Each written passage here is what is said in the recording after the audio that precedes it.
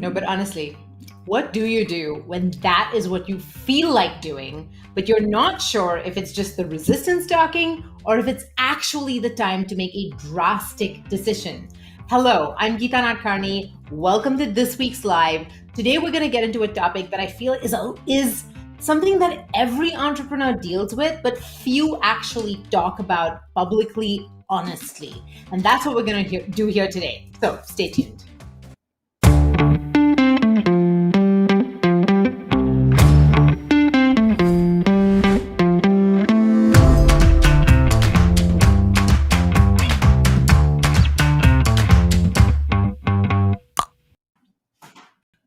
All right, so let's get into it. If you're watching me here live, then this question is for you. First of all, give me a big old hashtag live. So for my folks who are watching live, give me a hashtag live in the comments. If you're watching the replay, I totally get it. You couldn't make it live. Give me a hashtag replay in the comments as well.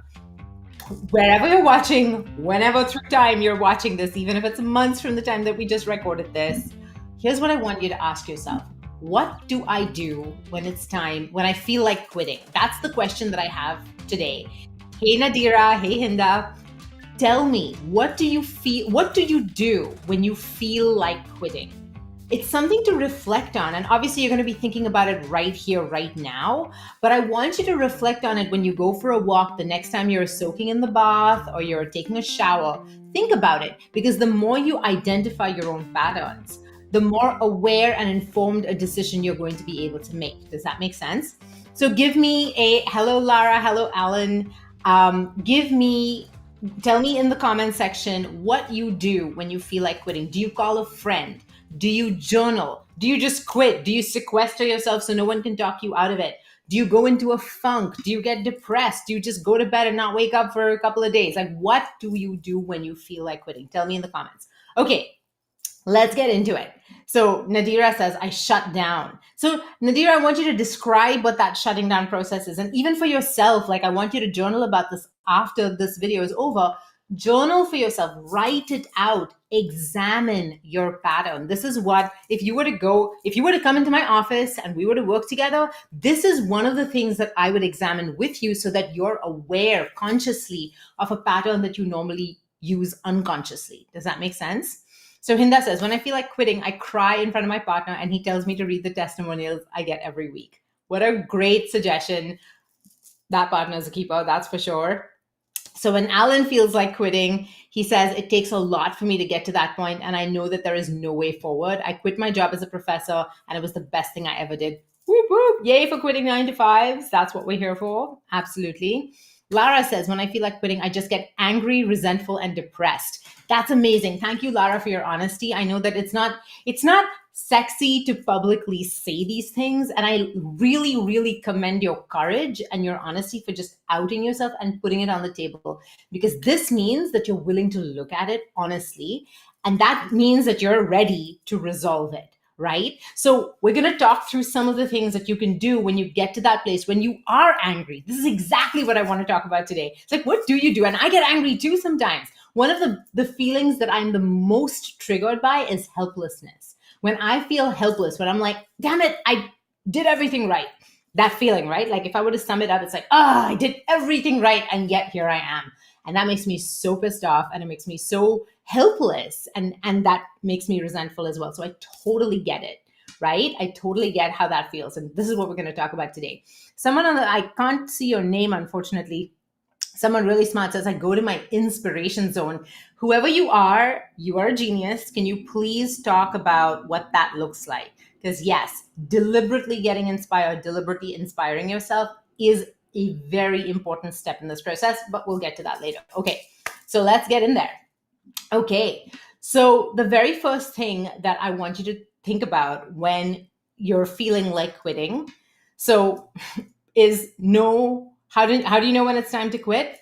Listen to what your body is telling you, because your body will not lie. Your mind might lie to you and tell you, or not lie to you exactly, but your mind has a lot of other priorities, right? It takes on other people's priorities. Oh, I have a family to feed. Oh, I have a paycheck to make. Oh, I have dental benefits and I would lose them if I quit this job, or whatever it looks like to you, right? So if you have, there's a lot of chatter, there's a lot of competing priorities, and everything can get really muddled in there. Your body, on the other hand, it has one job, and that job is to survive and to thrive. Sometimes when you're in a place of depletion, you might have more survival mechanisms in play than thriving mechanisms, but still your body will be giving you broadcasting signs loud and clear. And I'm going to give you an example from my own life. So there was a time in my life when I really wanted to, there were two times during this journey of business in the last 8.5 years where I have very, very seriously considered quitting. One of those times I did quit. The other time I didn't. And I want to tell you how I knew the difference. So 2016, I had given birth to my second child, my daughter. And this baby was very colicky. She had all kinds of food intolerances. I was on a very restricted diet. I was breastfeeding her, blah, blah, blah. Anyhow, she still woke up every 40 minutes. Every 40 minutes. So suffice to say, I was not getting a lot of sleep, not in one shot anyway. And I had gotten to a place where all the color had sort of drained out of the world and I was exhausted. Now, you might be thinking, well, duh, you don't sleep if you're only, if you're waking up every 40 minutes and you're not getting a full night's sleep or anywhere near a full night's sleep or even a long nap. Well, it's normal that you would want to quit, right? It's normal that you're tired. It's normal that you're tired. And I noticed that was the story that I wanted to tell myself, was that this is a physical thing. This is just physical. That's all it is. But thankfully, I'm a journaler. And so when I was journaling, what ended up happening is all the thoughts that I wasn't allowing myself to think, I had kind of like, it was like the closet and I had like locked the closet, be like, thoughts, you stay in there. I don't want to hear about it. All those closets come through my hand and onto the page. And so I was able to examine them. And some of the thoughts were as follows, right? I was not loving the conversation that I was having with my clients. In that, I loved my clients. I loved the job of coaching. Like I enjoyed the process of it. However, I felt it was very repetitive. I was not excited by it anymore. Right? I was just like, oh, this is such a limited conversation. I want to have a much deeper, more interesting, more personal conversation with my clients. But at the time, I was offering a program called Baby Got Booked, which was just about the PR piece. I didn't do any of the messaging or the deep mindset. I didn't do any of these things yet, but I was yearning for them. I wanted to have those conversations. I wanted to do that work with people. But I didn't, my program was very specific and very narrow, and that's all it was. And I was like, I'm bored. I'm so bored. Right? So that was the issue that I had. And I was like, I'm not excited for the work. And I remember that, and my body was feeling it. And that's where the fatigue comes from. I'm a huge believer that fatigue, oftentimes, obviously, if your baby is waking up every 40 minutes, there is a physiological fatigue there, no question about it. But when I examined my own fatigue, there was a huge weight that was on my chest from, do I sell somebody something that I'm not excited about? And I'm very binary. I can't do it. I just can't do it. I can sell anything that I'm really pumped about, and I cannot sell something that I'm not 100% in on. And Pat noticed this change in me, and he was like, dude, what are you doing? What's going on in that head of yours? Like, what are you doing? This is our job. Like, this isn't just your job that you get to quit. This is our family business. This, feeds 5 other people. Like, what are we doing here? And so at that point, I was like, I know, I'm freaking out too. Like, I don't know what to do about this. But what had happened was that my purpose had expanded. And I want to share, and this happens sometimes in our program, right? People will come in and we'll start honing in on their ideal client, and we'll start doing some of this work with clients. And I remember a client of ours that we worked with, Azizi. She had 2 very distinct avatars that she was working on. And I'll read you what she said in a second, but she was working on these 2 very distinct avatars. And we were like, well, which one pumps up your body to work with? And she was like, well, both. I love both. I really want to serve. Either of these would make me really happy. And so we picked one and we ran with it. And what ended up happening was she started to get a lot of traction from not that one, right? She ended up not having as much traction as she would have liked from the one we picked, as in collectively picked. And then she noticed that there was a lot of interest coming from this other group, this other client base that we had identified early in that process. To her credit, she didn't quit. Now, this is what I want to say about our most successful clients. If something doesn't work at first, one of the most important things that I really want to confer on people when they work with us is a framework for better decision making. Because what Azizi didn't do, she didn't think like, she didn't go to that resentful, helpless place of, man, I did everything you asked me to. I did the homework. You asked me the question, I gave you an answer, and then we picked this client base, and then I did the messaging the way you said, and now it's not working, and wah, and this program doesn't work, and my business doesn't work. She didn't go into any of those places. Instead, she said, okay, we made a gamble. It didn't work exactly how I expected it to work. So instead, she pivoted. She didn't quit. She pivoted, right? And here's what happened. She said, sharing a win. Abundance is finding its way to me. Over the last 2 months, I've been deep in leading my intensive trainings, 2-week-long courses, 1 weekend course, grand total $45,000. She never made that kind of money before working with us. It is the largest amount of earnings we've ever received in our existing programs. I mean, wow. We used to be happy with only 4 people, if only 4 people signed up. We've even had to cancel half of our offerings a few years. We even had to, past tense, had to cancel half of our offerings a few years ago because not enough people had signed up. Now we have 20 people signed up for this weekend's course, and we plan on recording it so that we can then monetize the course in an online platform, which is, she had an in-person business. So this was the path that we had decided would be the most efficient for her. The best thing is that we put out our 2021-22 schedule, and we've already had 5 people sign up. And there's a second part to this, to the screenshot that isn't on screen here. What ended up happening was 4 women reached out to her that really were like, well, your program is great. It sounds amazing, but it's probably going to go a little too fast for me. Would it be possible for us to work one-on-one? And she was like, well, for one-on-one, I charge double my rate, and they all paid. So she had this like kind of side hustle that was also making a lot of money. This is the power of knowing when to pivot and not giving into the resentment, but having a way of learning from what's going on so that you can harness the learnings and move forward, which is exactly what I did. Because I consider it, I quit on the previous program in 2016, it took me till 2017 to make this pivot, but I quit on the previous program, but I didn't quit on being on the internet. I didn't quit on having an online program. I didn't quit on a lot of key things. So now let's talk about the next piece, right? So the first thing is, obviously, if your body's sending you signs, that's a big sign. You want to pay attention, and you want to write out what those complicated feelings are. Get them out on paper. Number 2, a really good time, a really good sign that it's time to quit or pivot is that you're no longer growing. So if you're no longer growing, I want you to ask yourself. So this is a huge piece of discernment. So if you don't have my first book, what are you even doing? Open your Amazon window right now, go to Amazon, wherever in the world you are, look up How to Live Your Vision, and get the book.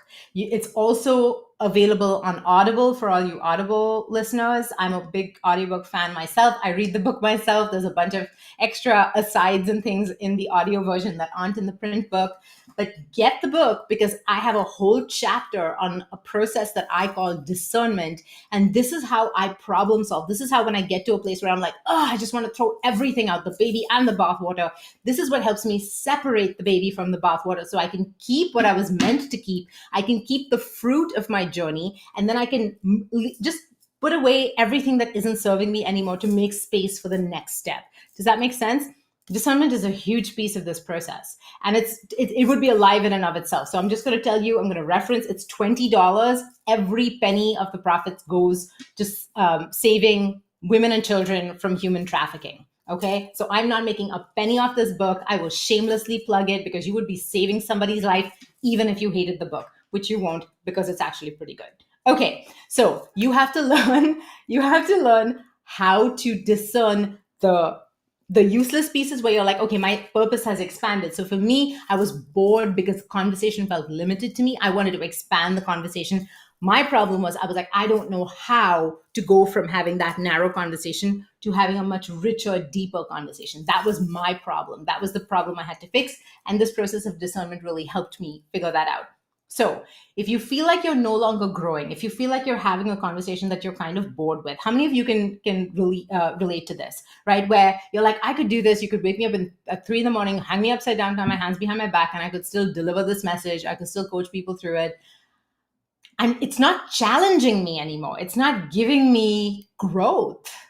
I'm good at it, and everybody else is served by it, but I'm no longer served by it. So if you're in that place, that's a really good thing for you to examine. So ask yourself, take these down. So if you've got a pencil, if you don't have a pencil, go run and get one. Ask yourself, what is the area where you need improvement? What are the areas in which you need improvement? I'm going to give you 4 suggestions here. So ask yourself, is the area coaching, which is the actual craft, right? The craft of coaching. Do you need to get better as a coach? Are you bored with the coaching job? I know this was definitely true for me. I was like, I want to coach deeper. I want to coach richer. I want to get to like deeper shit, right? The second question is, do you need improvement in marketing, which is getting the word out? So your messaging, your, systems, your funnel, all of that stuff. Is it business building where you need help? The skills to run a company. Obviously, what you don't want to do is end up having just recreating the job that you want, right? Like if you're a coach and you used to coach for a corporation and now you're like, hey, I'm going to go out and do this coaching thing by myself. Well, now you're doing the same job you used to do at the corporation, but you have none of the systems to support you. You have nobody else's labor that supports your own labor. You have no systems, no structure, and for most people, that's way too much risk. So you have to learn, if you want a business, you have to learn business building skills as well. And then the final piece is decision making. Do you have good frameworks and discernment? And I've already named a really powerful resource. I mean, this book, you can read it cover to cover in under 3 hours. The notes are kind of made for you, but you can take even deeper notes yourself, and you will learn how to make better decisions as a human, as a business owner, and as a coach. Okay, so ask yourself, what are the areas? It could be one area, it could be multiple areas where you feel like you need improvement. Hopefully this has been helpful. Tell me in the comment section if you're finding this helpful, because this is homework that you're going to do on your own time and think through, right? So I'll tell you what it looked like when I did some of this homework myself. So when I was sitting down and I was like, okay, what do I not like about this? One of the things I realized was I was doing all the internet marketing things, right? I had the $7 tripwire, the $47, $57, whatever it was, upsell, and then the $97 thing and the $197 thing. And then it went to the course, and it was just it was a thing. And each piece had to have its own email marketing sequence. And I had to figure out how did all the pieces fit to each other. And no matter how many pieces I had, it always felt like there was one too big a jump. And then we needed something else that would be the step. But then every step that people took, people would be like, oh, perfect, I have enough. Now I'm going to go and do the work. And then they would disappear for a while. And so then it's like with every extra step that you put in that you feel is necessary, because otherwise the jump financially is too much, you're actually killing the chance of your big sale. I did all of this, made all the mistakes. And I realized that I was getting very frustrated with doing all these live webinars and having so much pressure to get bums in seats for a specific time frame, and then doing my best to sell to people. And then people would want payment plans where the payment plan would last for 12 months, when my program they could consume within 6 hours, right? 10 hours if you wanted to put in the homework time, because I'm all about stripping things down and simplifying, because I like to move fast. So I was like, wait, I'm giving everything to them in 10 hours, and then they have 12 months to pay me. And a lot of people would just use the material and then bail and not pay. So I was like, okay, but I set that up, right? So I had to take responsibility for the fact that I had set up a system that wasn't serving me. And so I needed to shift. So I looked at what were the specifics that I needed to shift that were not serving me, that I was upset about or resentful. So, that resentment and that anger, Lara, is actually a sign that your boundaries are being violated. And that is worth listening to. So you don't want to be like, oh, I'm the Dalai Lama, I never get angry. Even the Dalai Lama gets angry. He just has a process to work through his anger better than most of us, right? And what I'm inviting you to do is, when you're angry, when you're resentful, when you get to that helpless place, Notice it, say, okay, this feeling is here to protect me. This feeling is here to serve me. What is it trying to tell me? What am I angry about? What is being transgressed here? And what can I do about it? So you don't have to be a victim. You just notice where the transgression is happening, and then you take control and you shift it. That's the business owner mentality. Does that make sense? So we talked about listen to your body and see if there are signs that your body's telling you, like, dude, you're tired, you're always tired, you're never having enough energy, you've got brain fog, you're confused all the time, etc. That's a sign that you need help. You need help clarifying where you're at. Number two, you're no longer growing. So your program is kind of boring you. It might be growing other people, but it's not growing you. And number three is you hate your clients. So if you ever get to a place where you hate your clients, you know that it's time for either quitting or a pretty massive pivot. Okay. This is a definite sign that you need to pivot. Before you do, however, super important, figure out. So I told you I just gave you a story of what used to make me resentful, right? People who would take all of my IP, use my stuff, get results, and then bail on the payment plans. Like, I'm like, who does that? I would never do that. And yet people did for whatever reason. So I was like, okay, who set up this? So those were the clients I did not want to work with. And the problem with those clients and having them sort of in my sphere of influence, them influencing me, in other words, right, was it made me think, oh, what I'm charging is probably too expensive. That was the natural conclusion that I drew. And I was like, but I cannot make it cheaper than this and make it viable. Like, this is ridiculous. I don't know how to make this more accessible for people. Like, people are just not taking the responsibility that they need to take in order to get the tools to up level, right? So I was like, and that's preventing me from up leveling. But wait, who created the system? I did. So here's what I did. Don't just fire all your clients, because if you don't know what bugs you about them, you are just going to attract more people like them, because you won't know how to turn the wrong ones away.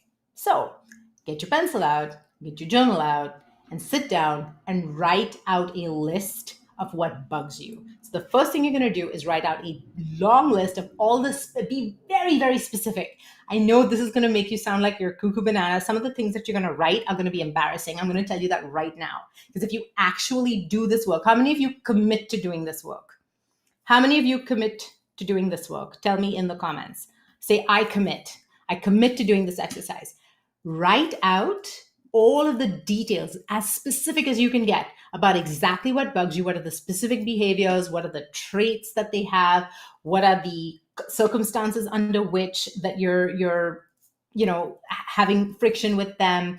What is it that you don't like? How does it make you feel? What do you feel as in emotions and somatic sensations, right? Like, I'm angry, my stomach's in knots. That's a somatic sensation. Anger is an emotion, obviously. So you want to look at both your emotions as well as your somatic sensations. That's what I mean when I say feelings. Write it all down. Now, that's the first part. The second part is you're going to take a break. Now you're going to take a break, just to split it. Shake yourself out, go for a walk, take a nap, have a snack, break it up energetically, have at least 30 minutes of a break here. This is super important. Don't try and rush this, because you'll muddle it. Take it from somebody who's tried, okay? Don't muddle it, because then what's the point of a clarity exercise if you muddle it, right? Give yourself a 30-minute break.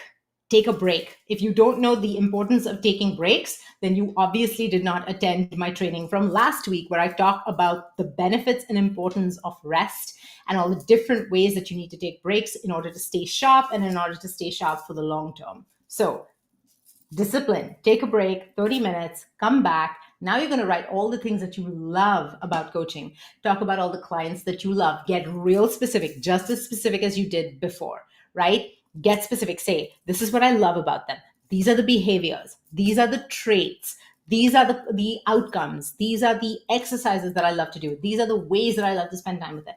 Like, all of those details you're going to write out. And now you're going to get much, much deeper, more specific intelligence as to what you want to create. Does this make sense? And those like, so good. Right? This is what's going to help you not recreate the same shit on a different day. Because that's one of the things that I'm just like, That's always my inhibition when I'm about to junk something or tank something or pivot something, is how do I not recreate this in a different flavor? Because that's painful. Imagine starting at zero to recreate the same bullshit that you just ran away from. I really, really, really wouldn't want to do that. So, what I've just given you, this is the kind of decision making framework that we give our clients at Impact with Influence, because this is what's going to turn you from somebody who has a job, whether you have that job working for somebody else or you have that job working for yourself. This is what is going to help you become a business owner, where you are able to take ownership of everything that happens in your company, the good stuff as well as the not so great stuff. All the times that you're going to make a gamble, you're going to make a bet on something like Azizi did, and it's not going to be the right bet right away, but you're going to have a way to take that information and turn it into something sustainable and something awesome. Does this make sense? So if you want this kind of help, and if you want to have clarity on exactly how to craft these pieces so that your business is something that lights you up, where you don't need an alarm. I haven't used an alarm clock in 8.5 years. Yeah, it's Because I actually a bit freaky that you wake up so it's a like bit freaky. I it know. is. Pat's like, he's just like, oh my God, how do you do that? And I'm like, my body just does it. I don't know. And Lara already has the perfect journals for it. Yay!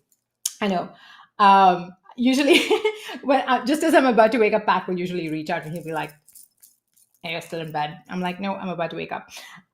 So yeah, that's my morning.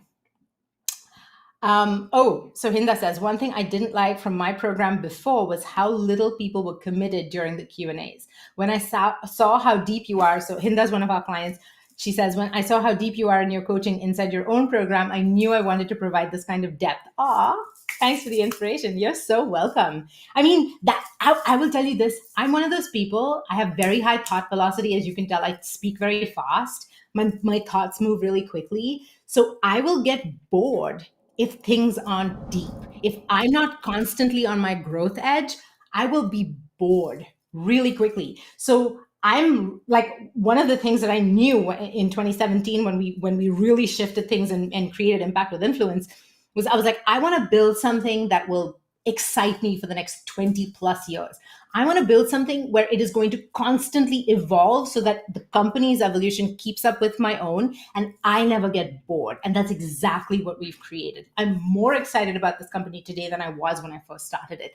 That's saying a lot for someone like me who gets bored easily. So if you can relate to that, do the exercises that I just shared with you in this program, because a lot of these are from my own journal and these are all from my process of how I built this company. And if you need help building your own company and taking your coaching program from whatever it is you're making to 20, 30, 40, 60, $80,000 and $100,000+ a month without ads, if just with organic messaging using deep clarity, use the link on your screen, speak to someone on my team and see if we can help. All right. I'll see you tomorrow. No, not tomorrow. Next Thursday. Tomorrow I'm off. See you later. Bye.